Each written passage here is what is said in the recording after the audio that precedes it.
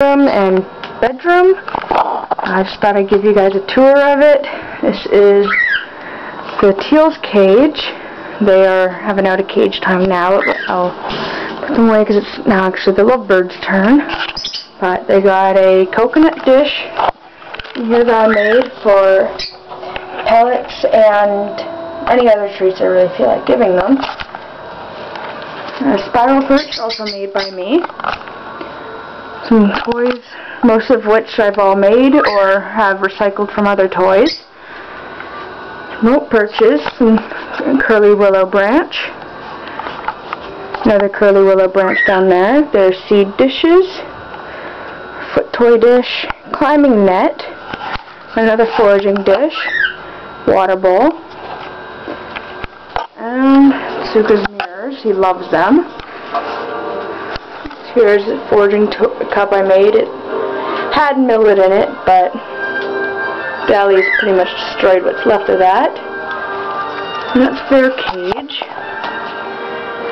This play gym, the lovebirds mostly like this. The teals aren't really much big fans of this one, but I just converted the top shelf of our bookshelf into just a little play center for them, for their foot toys and other things, and foraging tray up there on top of the bookshelf. This play gym here goes between the bookshelf to Mango's cage. That willow wreath, they've kind of destroyed the top of it a bit here. But they got this they could chew on. There's lots of stuff they can do on here. They prefer shredding a lot of it though. Foraging basket, paper shreds, jingle ball, raffia. You name it, anything they like goes in there, with often bits of millet. Snuggle swing. This dog toy from the dollar store turned into a perch. And this is Mango's cage. She's still in there. But before I get on to their tours, because I'm not going in Munch's cage with my fingers, but the teals back in their cage.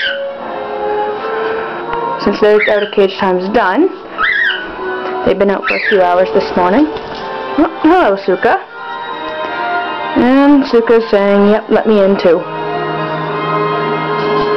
And their turn's up, and it's now the lovebirds' turn. I have a few hours out of cage time for the afternoon.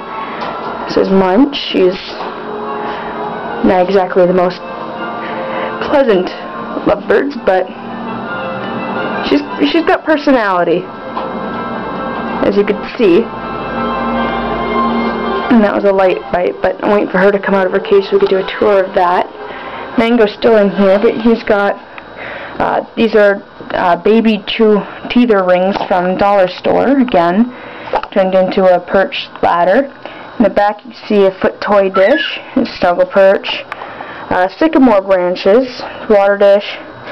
This toy here I put millet in between the sticks, so he has to chew it. And for his mineral block, I broke it up and stuck it into this toy, so he has to forage for that.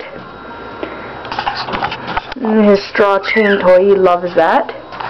His sleeping tube, spiral perch with snuggle toy. And his hamster wheel, he absolutely loves that. He'll run in that thing for hours. Cuttlebone mineral block, and he's still not out of his cage, but he's not at risk of attacking me. He's got his chain perch in the corner. He likes to sit out there and look outside. It's not the best seat, like compared to Munch's cage, but he enjoys it. Wait, let him come out. And this is Munch's cage. This is where she normally sleeps. That's her snuggle perch, or snuggle toy, and she likes that toy a bit much. She's got her swing in the back. Her corner perch with again, the teether ring. She likes to sit up there and look outside, as well as this perch. She likes to sit on and look outside as well. She's got her toys, lots of millet, because she's still fighting off an illness here. She's got we got a bit of formula on the plate for her to eat if she wants. Her pellet, or an extra seed dish, her mirror. Some toys hanging off the chain perch going in the middle. The food dish, Cuttlebone mineral block, a couple foot toys, water bowl she's already started to make soup with. And let's go to the other door. Some better look over here. This is her perches to look outside. She likes sitting up there and just chirping at the wild birds and just watching everything all day. We're swaying with her another snuggle toy. This is her other place she often sleeps. She sometimes switches places where she sleeps. And it's really her cage. Her cage has to have these doors clipped shut because she can open them and get out. And Mango's still, he's a bit slow on getting out of the cage. This play gym here, we converted two of these shelves into this, just removed the drawers. We attached climbing nets, one of these rodent tubes that they could stretch apart and be bent into whatever position you want them to be in. And Munch is actually inside that right now. We call her a tunnel spider because she waits inside the tube and comes running out to attack. Which she's doing right now. She's got there's a couple coconut dishes up there, filled with pellets, and just some places for them to hide and play, and some ladders. There's a swing in the back, some sycamore branches up at the top. The teals love this one. So another sycamore branch. They seem to really like the sycamore. It's pretty hard wood where they can't really chew it up really fast like they do with the willow. Oh, there we go. He's out.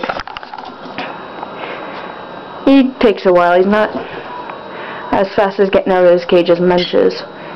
And this play gym is just a little mini natural play gym. They all seem to like this one, even though it's a little small for the teals. The teals like to sit on top of it.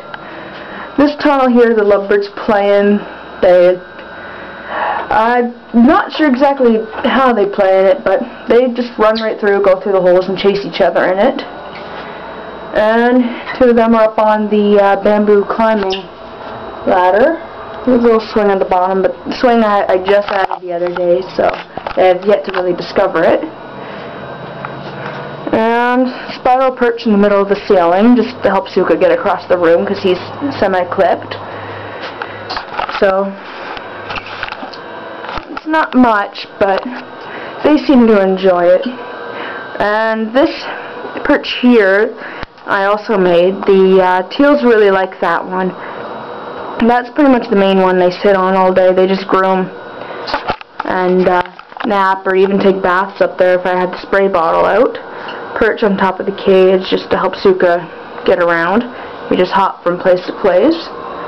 They destroyed our map. And I guess they don't want us to figure out which way we're going on our bus. I got some bird talk posters on the wall, but a few have fallen down and scared the teals. They're not big fans of them if they get close to them. Window, they have good view of the window with our basil and mint growing. And let my camera adjust here. And the birds are playing on the play gyms. They really like to play on everything, so. Mango is a medium sea green pied. He's a very heavy pied. He's DNA'd, there he is, DNA'd male, and he's about 8 months old. He was born November 7th, 2010, and Munch is a single dark factor, single violet factor sea green, very light pied. She has a few light pied feathers in her wings that they're often hidden, so she mostly looks like a regular sea green. She's Mango's sister. She's 8 months old. She's yet to be DNA'd, but we assume she's female based on how aggressive she is, and the fact that she does show some female nesting behavior. But again, those ways are not foolproof. Best way to tell gender with lovebirds is DNA test. Dally, who's sitting right here in the cage, she's a female loose feather pearl split pied cockatiel. She's about 14 months old. She was born March 10th, 2010.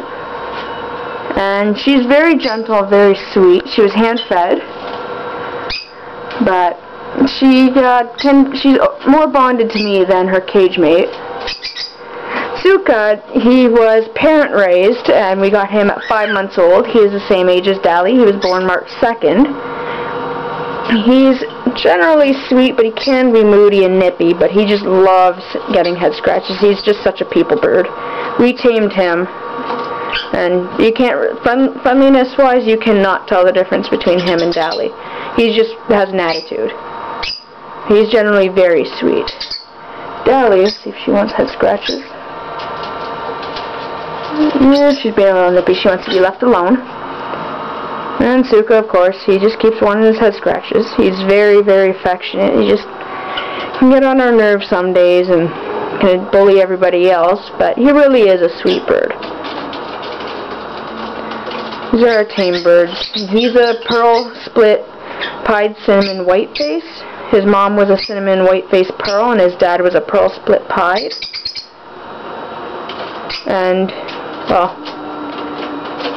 he got a bit of a bald spot in the back of his head, but that's, again, bad breeding, and possibly from being plucked as a baby, because he was pretty plucked when we got him. He had a big bald spot in the back of his head and a lot of missing crest feathers, but poor guy just really loves people. We actually had him tamed in a day. He's stepping up and just wanted to be with us all day. He didn't accept head scratches, though, for about 3 months of having him. But he's just so people-oriented. It was a lot easier taming him than the lovebirds. The lovebirds, they're not really tame. We don't really mind, though, that they're not tame. They enjoy themselves, they have fun, they're happy, we don't care. The cockatiels are our tame birds, and they like the attention from us. So, and the lovebirds are happy just to have a home here. So, and they're generally very sweet to each other, but they can't be caged separate because Munch eventually gets she bullies Mango from time to time, especially in cages. So they have to be caged separate, but their cages are side by side, so they can interact. And they get out of cage time together, which they get along very well then, as you can see. So that is our bird room and our flock here. And I just love doing laps around the room. This is our flock and our bird room.